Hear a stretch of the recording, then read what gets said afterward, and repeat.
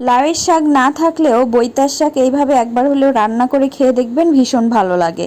তো আমি বৈতার শাক খুব ভালোভাবে বেছে নিয়েছি, বেছে ভালোভাবে ধুয়ে নিয়েছি। ধুয়ে আমি একটা প্যানে দিয়ে দিলাম সবগুলো শাক। আমি মিডিয়াম সাইজ করে কেটে নিয়েছিলাম। তারপরে আমি একটা আলু কুচি কুচি করে কেটে দিলাম। এদিকে রসুন, পেঁয়াজ, কাঁচামরিচ আর লবণ দিয়ে দিলাম। দেওয়ার পরে একটু নেড়েই তারপরে ঢেকে দিলাম। ঢেকে দেওয়ার পরে খুব ভালোভাবে এটাকে সেদ্ধ করতে হবে। একটু পানি উঠলে ভালোভাবে ঢেকে দিয়ে দিয়ে রান্না করতে হবে।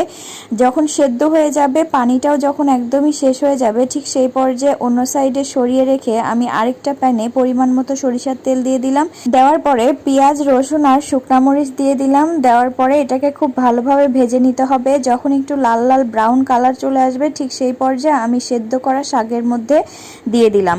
এখন দেওয়ার পরে খুব সুন্দরভাবে ভেজে ভেজে আলুটা যখন হালকা একটু লাল হয়ে আসবে, ঠিক সেই পর্যায়ে নামিয়ে ফেলতে হবে।